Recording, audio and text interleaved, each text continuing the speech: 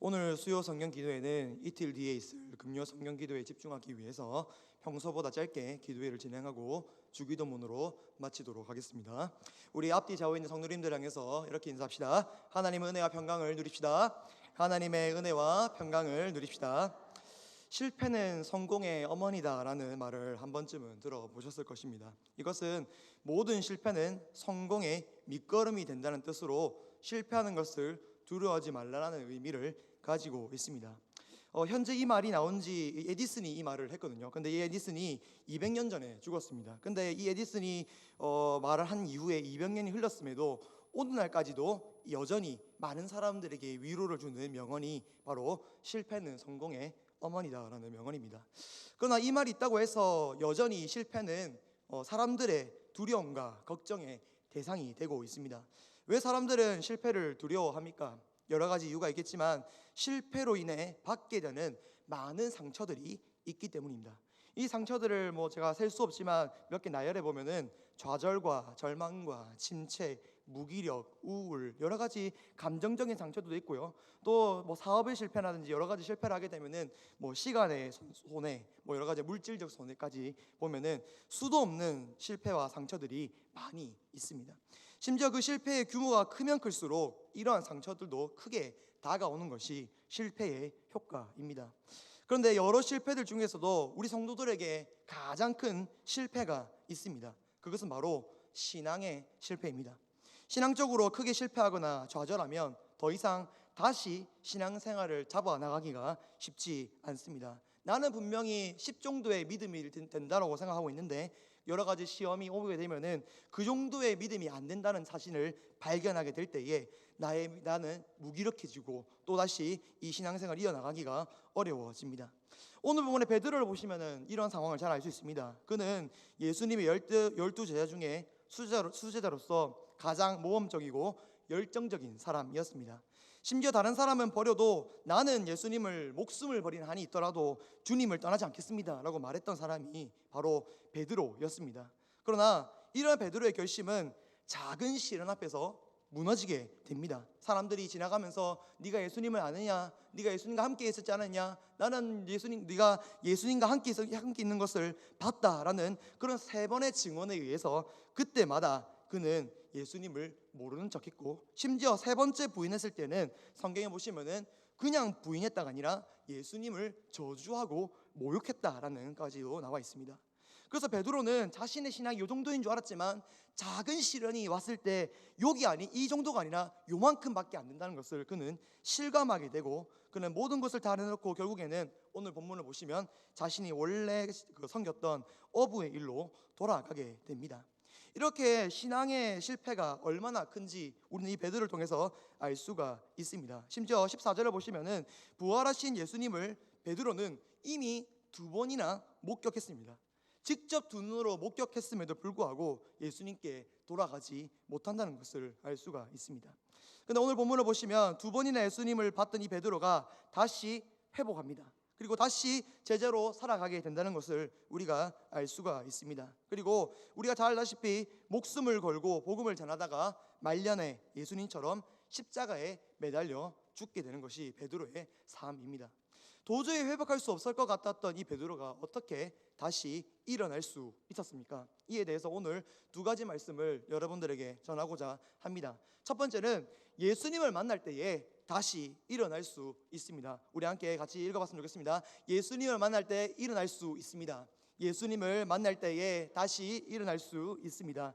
오늘 본문까지 전까지는 베드로에게 많은 일들이 있었습니다. 아까 얘기했던 것처럼 예수님을 3번 부인한 일부터 예수님이 죽으시고 3일 만에 부활하신 일, 또 도마에게 다시 나타나셔서 십자가의 흔적을 만져보게 하는 일, 참 베드로에게 많은 일들이 있었습니다. 그 중에서도 베드로에게 가장 기억이 남는 일은 역시 예수님을 3번 부인한 일일 것입니다. 분명히 다른 사람은 몰라도 나는 할 수 있다라고 믿음 좋게 행동했던 것이 바로 그 당시에 베드로였습니다. 그러나 말만 그럴 뿐이었지 실제로는 베드로도 똑같이 예수님을 배반하고 떠나버렸습니다. 이로 인해 베드로는 차마 예수님께 돌아가지 못하고 결국 다시 어부로 돌아오게 된 것입니다. 이때 실패한 베드로에게 한 분이 찾아오십니다. 바로 예수님입니다. 그 앞에서 우리가 읽지 않았지만 디베라 바닷가에 예수님이 나타나셔서 그 어부일을 하고 있는 베드로와 제 아들에게 물어보십니다. 얘들아, 고기를 많이 잡았느냐? 이렇게 물어보니까 베드로와 제 아들이 아직 고기를 잡지 못했다고 했습니다. 그래서 예수님이 그쪽에 내리지 말고 배 오른편에, 배 우편에 그물을 내리면 물고기를 잡을 수 있을 거라고 예수님께서 말씀하셨습니다. 그래서 예수님의 그 말을 듣고 제 아들은 그물을 내렸더니 무려 153마리의 물고기가 한 번에 잡혀갔습니다. 이 이야기를 보면서 그때까지도 베드로는 이렇게 말한 사람이 예수님인 줄 몰랐습니다. 그러나 한 제자가 예수님이 이걸 말한 사람이 예수님이라고 말을 하자 그제서야 베드로가 다시 자기가 가지고 있던 모든 걸 내려놓고 바닷가에 뛰어들어서 예수님께 찾아가였습니다. 그런데 왜 예수님은 이러한 실패한 베드로를 찾아갔습니까? 그의 잘못을 질책하기 위해서입니까? 아니면 무엇을 잘못했는지 실패의 원인을 하나하나 따져가지고 분석해서 네가 다음엔 이런 실수하지 말아라고 가르쳐주기 위해서, 교훈하기 위해서 찾아가신 것입니까? 아닙니다. 예수님이 베드로를 찾아가신 이유는 그의 상처와 마음을 위로해주기 위해서 예수님은 그를 찾아가신 것입니다. 이런 예수님의 의도를 잘 보여주는 것이 15절에 보시면 조반이라는 단어가 나와 있습니다. 예수님은 빈손으로 베드로를 찾아가신 것이 아닙니다. 친히 떡을 준비해 주시고 횃불을 피워 주심으로써 베드로와 제 아들에게 식사를 준비하셨습니다. 이것을 통해서 우리는 뭘 알 수 있습니까? 여러 가지의 의미들을 알 수 있지만 핵심은 이것들을 먹고 너희들 다시 힘내라는 것입니다. 이것을 먹고 그 상처에 머무르지 말고, 그 실패에 머무르지 말고 다시 일어나서 주의 길을 걸어라 가라고 위로하여 주신 것입니다. 그래서 이 본문을 보면은 지금 당장 베드로의 상처를 주님께서는 드러낼 수 있지만 드러내지 아니하십니다. 왜 그렇습니까? 실패의 상처를 묻기보다 베드로에게 가장 필요한 것이 위로였기 때문입니다. 그리고 그를 위로하고 쉬게 하는 것이 지금 현재 베드로의 마음 상태에서 가장 필요한 것이기 때문에 주님은 그를 위하여 조반을 준비하셨습니다. 아마 베드로도 예수님을 만났을 때는 참 긴장하며 만났을 것이지만 예수님이 조반을 차리고 음식을 먹으면서 교제하면서 비로소 그의 마음이 한결 나아졌을 것임을 우리는 알 수 있습니다. 이것을 볼 때 예수님은 참 인격적인 분이십니다. 성도들이 어디가 아픈지 어디가 힘든지 다 아시지만 바로 물어보는 것이 아니라 그 성도에게 가장 필요한 것이 무엇인지, 위로가 필요한 자에겐 위로를 주시고 음식을 필요한 자에게 먼저 음식을 제공하시는 분, 그분이 바로 우리가 믿고 있는 예수님입니다. 이때 가장 많이 쓰는, 예수님이 위로의 방법으로 가장 많이 쓰는 방법이 바로 신방, 직접 만나는 것입니다. 삭개오를 어떻게 예수님께서 회복시켰습니까? 직접 그의 집에 들어가서 만나서 교제함으로써 그를 회복시켜 주셨습니다. 사마리아의 수가성 여인도 어떻게 회복시켜 주셨습니까? 예수님께서 그 여인이 올 때까지 그 땡볕 아래서 계속해서 그녀를 기다리고 수가성 여인을 만났을 때에 그 여인이 예수님을 통해 회복될 수 있었습니다. 그리고 예수님 만날 때 이 수가성 여인뿐만 아니라 많은 공생의 동에서 많이 이 예수님이 사람들을 만났는데 만나는 사람들마다 예수님께 위로를 얻고 회복을 얻었습니다. 심지어 구약 성경에 나오는 엘리야도 하나님과의 만남을 통해서 회복되었다는 것을 알고 있습니까? 거짓 선지자 850명과의 싸움에서 이긴 엘리야는 분명히 성공적인 사역을 했을 거라고 그는 기대했을 것입니다. 그러나 엘리야의 기대와 반대로 그 다음 날부터 엘리야에게 시련이 시작됩니다. 여왕 이세벨이 엘리야를 죽지 않으면 내가 잠을 들지 못할 정도다 이렇게 말할 정도로 계속해서 엘리야를 추궁하고 쫓고 다니고 그를 잡으려고 애를 썼습니다. 그래서 하루하루가 엘리야에게는 죽을 위기였습니다. 그래서 여기저기 도망치다가 결국 가장 남쪽에 있는 시내산까지 도망치게 된 신세가 바로 엘리야의 신세였습니다. 그러나 그 엘리야에게 하나님 어떻게 하십니까? 그를 찾아오십니다. 시내산에 꽁꽁 숨어있는, 꼴짝에 숨어있는 그 엘리야를 찾으시면서 엘리야 네가 어디 있느냐, 왜 여기 있느냐 하시면서 하나님이 시내산까지 찾아오셔서 엘리야를 만나주는 장면을 우리가 알 수 있을 것입니다. 그러나 엘리야가 하나님 만났을 때에 엘리야는 투정합니다. 하나님, 내가 열심히 사역했습니다. 내가 죽기까지 내가 사역을 했는데도 여기 이세벨과 이스라엘 백성들은 오히려 내 동료 선지자들을 죽이고 오히려 하나님을 불신앙적으로 반응하고 있습니다. 하나님, 방법이 없습니다.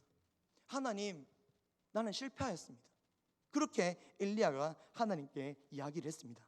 그러나 하나님은 그 만남에서 그치지 아니하시고 도저히 희망이 없을 것 같은 엘리야에게 이렇게 말씀하셨습니다. 우리 열왕기상 19장 18절 말씀을 함께 읽어봤으면 좋겠습니다. 열왕기상 19장 18절입니다. 시작. 그러나 내가 이스라엘 가운데 7,000명을 남기리니 다 바알에게 입맞추지 아니한 자니라. 아멘. 엘리야는 분명히 자신의 사역은 실패할 거라고 확신하고 예상했습니다. 그러나 하나님을 만나니 다시 이 사역이 진행될 수 있구나, 다시 이 사역에 힘을 얻을 수 있구나, 다시 이 사역에 희망이 있다는 것을 하나님을 만난 이후에 그는 깨달았습니다. 아마 시내산 도착하기 전까지는 이 사역을 이어나갈 생각을 전혀 하지 않았던 것이 엘리야였지만 하나님을 만나자 하나님께서 말씀하시기를 나와 같이 여전히 바알에게 무릎 꿇지 않고 입맞추지 아니한, 절하지 아니한 7,000명이 있다는 것을 주님께서 엘리야에게 보여주십니다. 그래서 여전히 그 사역을 감당할 수 있게끔 주님은 만남을 통해서 엘리야에게 힘을 주시고 다시 일어나게 된 것입니다. 사랑하는 성도 여러분, 신앙생활 가운데서 항상 우리가 잘하려고 노력하고 있지 않습니까? 그러나 우리의 의도와는 다르게 때론 실패하거나 좌절하게 될 일이 있을 수 있습니다. 그럴 때 많이 당황스럽고 어떻게 해야 할지 모를 때가 많은데, 좀 심한 경우는 이런 생각이 들 수도 있습니다.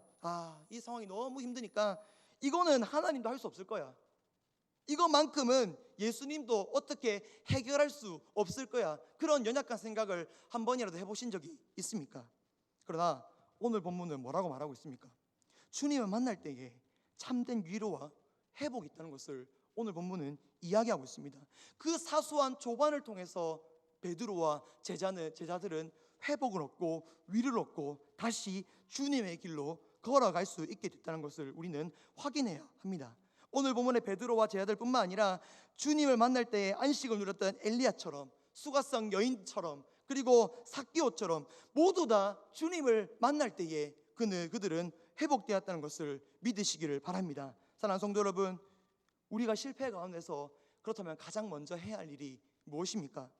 여러분들, 다른 것을, 실패의 원인을 세상 사람들처럼 실패의 원인을 먼저 분석하는 것이 아니라 우리가 붙들어야 할 분이 누군지를 깨닫는 성도들이 되시길 바랍니다. 우리가 누구를 먼저 만날 때에 회복을 얻을 수 있는지, 위로를 얻을 수 있는지 그것을 깨닫는 성도들이 되시길 바랍니다. 예배 자리 나오시길 바랍니다. 목장 모임 나오시길 바랍니다. 교회 공동체 모임, 큐티방 모임, 여러 모임들 나오시길 바랍니다. 왜 그렇습니까? 그곳에 예수님이 임재하고 계시기 때문입니다. 두세 사람이 계신 그곳에 하나님 분명히 함께 하신다라고 분명 말씀하지 않았습니까? 그렇다면 우리가 실패한 가운데서 예배를 멀리하는 것이 아니라, 힘들다고 예배를 포기하는 것이 아니라 더 붙들어야 되는 것이 주님이 임재하고 계신 그 예배 자리를 사모하고 나아가는 것이 성도들의 본분인 줄 믿으시길 바랍니다. 그렇게 나아갈 때에 신명기 4장 29절에 하나님 약속하신 것이 있습니다. 신명기 4장 29절입니다. 내가 거기서 내 하나님 여호와를 찾게 되리니 만일 마음을 다하고 뜻을 다하여 그를 찾으면 뭐라고요? 만나리라. 다른 길로 빠지지 마시고 주님께로 나오는 우리 하늘생교회 성도들이 되시길 바랍니다. 예수님 만남으로써 어떤 상황에서도 평안과 위로와 회복의 은혜를 누리는 우리 하늘생교회 성도 되시길 주님의 이름으로 축복합니다. 두 번째로, 예수님의 사랑을 경험할 때에 우리는 다시 일어날 수 있습니다. 우리 함께 읽어봤으면 좋겠습니다. 예수님의 사랑을 경험할 때 다시 일어날 수 있습니다. 오늘 본문을 보면 아주 독특한 구조로 되어 있다는 것을 알 수 있습니다. 예수님과 베드로의 대화로 중심으로 이 이야기가 전개되어지는데, 예수님이 먼저 물으시고 그 다음에 베드로가 그 질문에 대답을 하고 또 베드로의 대답에 대해서 예수님이 또 대답을 하시는 구조로 세 번이나 똑같이 반복되어 있습니다. 예수님 처음에 이렇게 물어보십니다. 요한의 아들 시몬아, 네가 나를 사랑하느냐? 그러자 베드로가 이렇게 대답합니다. 주님, 그러합니다. 내가 주님을 사랑하는 줄 주님께서 이미 아시나이다. 이에 대해서 다시 말씀하십니다. 내 양을 먹어라. 이런 구조로 3번이나 반복된다는 것을 우리가 아까 읽으면서 알 수 있었습니다. 그런데 예수님의 대화를 이렇게 3번이나 이어가면서 1번, 2번, 3번 대화 중에 유독 좀 독특한 대화가 있습니다. 그것은 3번째 대화입니다. 우리 오늘 본문 17절 말씀을 성경을 보면서 읽었으면 좋겠습니다. 17절입니다. 시작. 3번째 이르시되 요한의 아들 시몬아 내가 나를 사랑하느냐 하시니 주께서 3번째 내가 나를 사랑하느냐 하심으로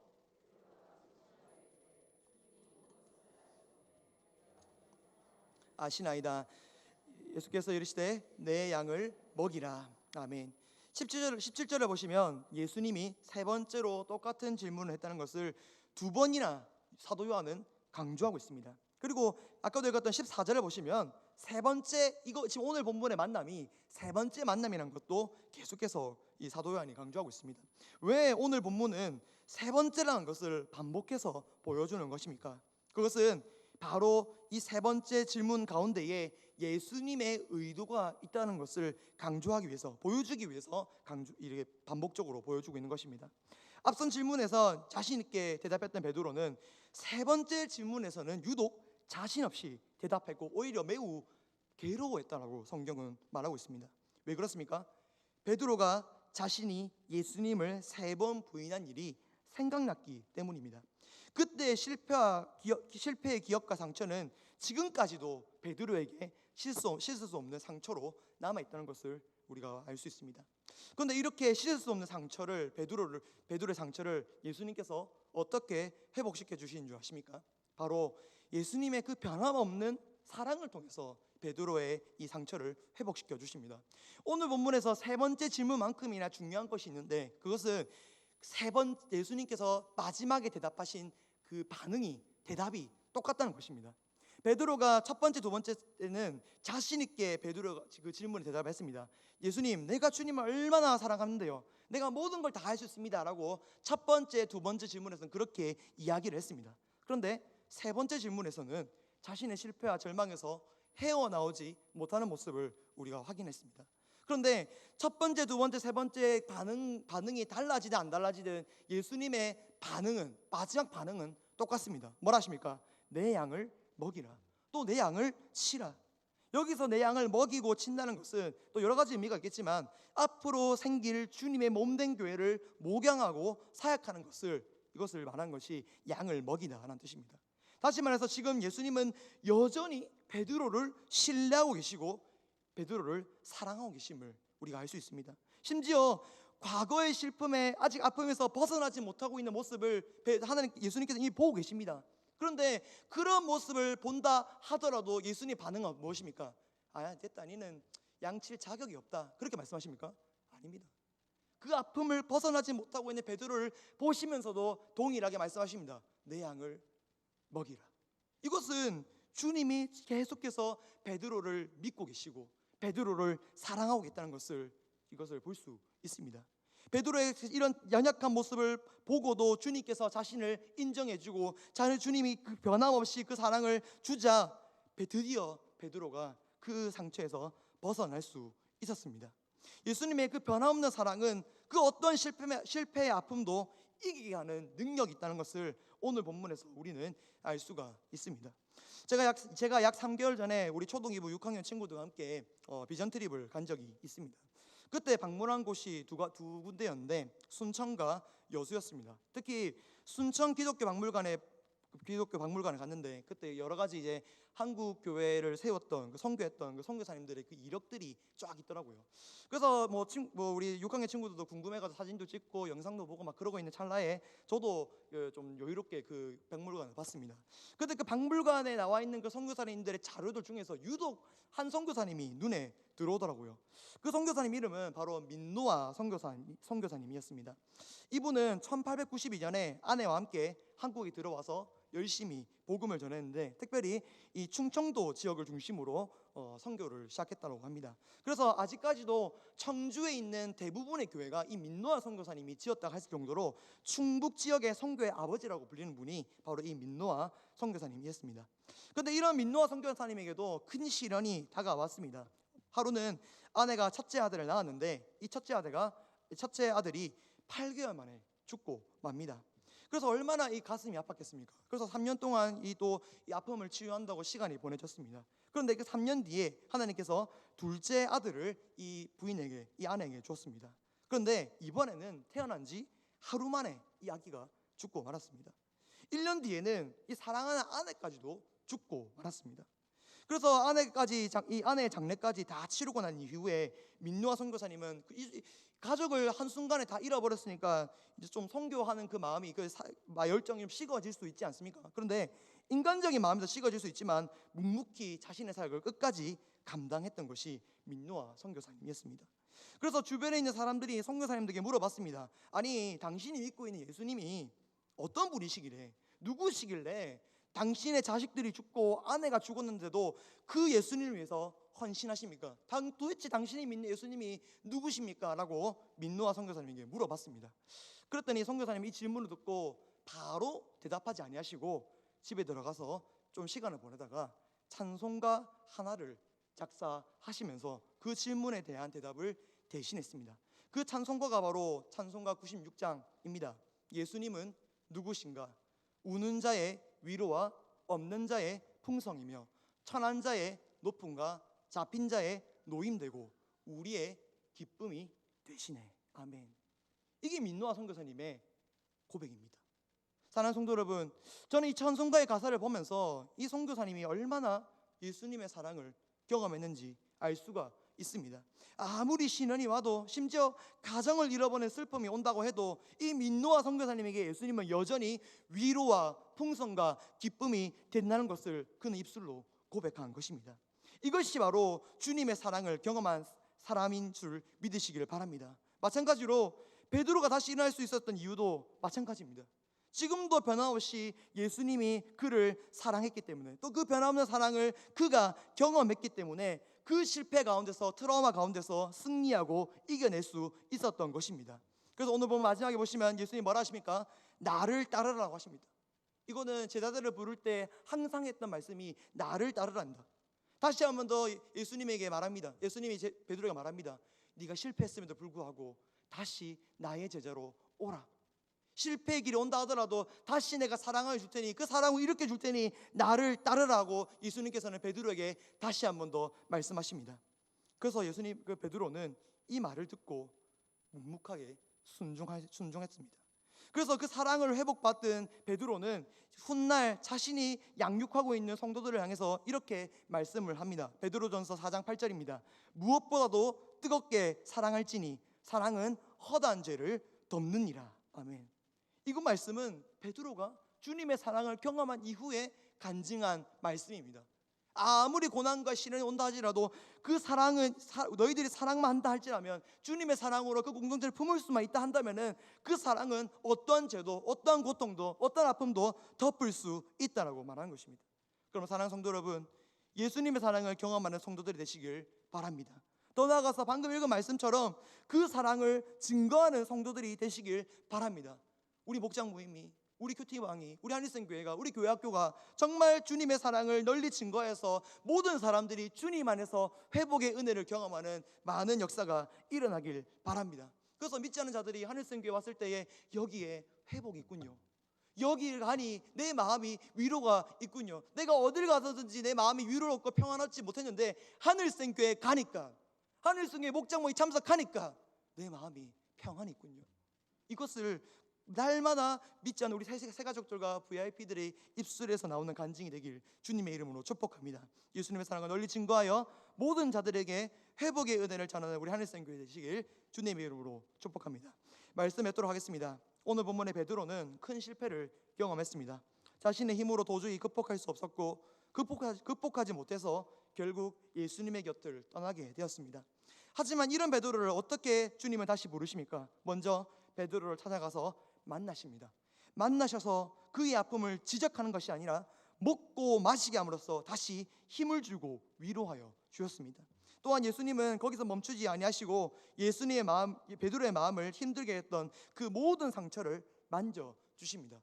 만져주실 때도 그냥 만져주시는 것이 아니라 변함없는 사랑을 확증하시면서 그 사랑을 통해 그 상처를 회복시켜 주신 것입니다. 사랑하는 성도 여러분, 실패의 순간 우리가 다시 일어날 수 있는 방법은 세상의 방법이 아닙니다.